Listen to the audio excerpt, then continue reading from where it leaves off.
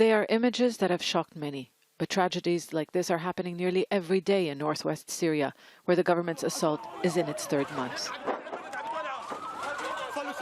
Amjad El Abdallah desperately tried to save his daughters as they dangled from the edge of a building destroyed in a Syrian or Russian airstrike. 5-year-old Riham held on to her 3-year-old sister Rawan for as long as she could. But then they fell to the ground. Riham died. Rawan struggled for life, but later passed away in hospital.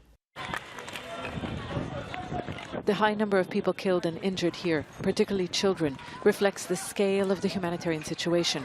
War monitors say there have been at least 800 civilian deaths, 200 of them children, since the Russian-backed Syrian government offensive began in April. In the past months, at least 33 children were killed, according to Save the Children. That's more than in the whole of 2018.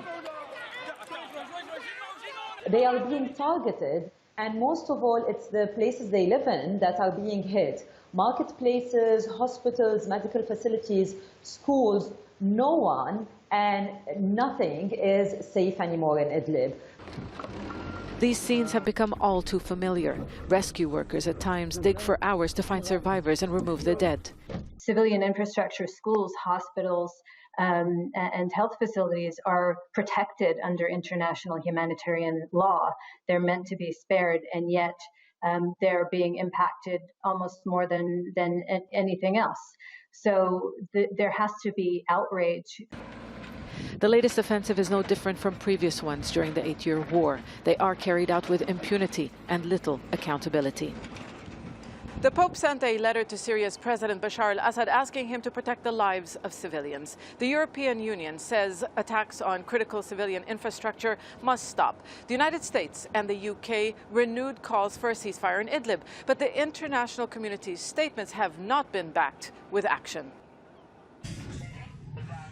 The bombardment hasn't stopped. It's intensifying.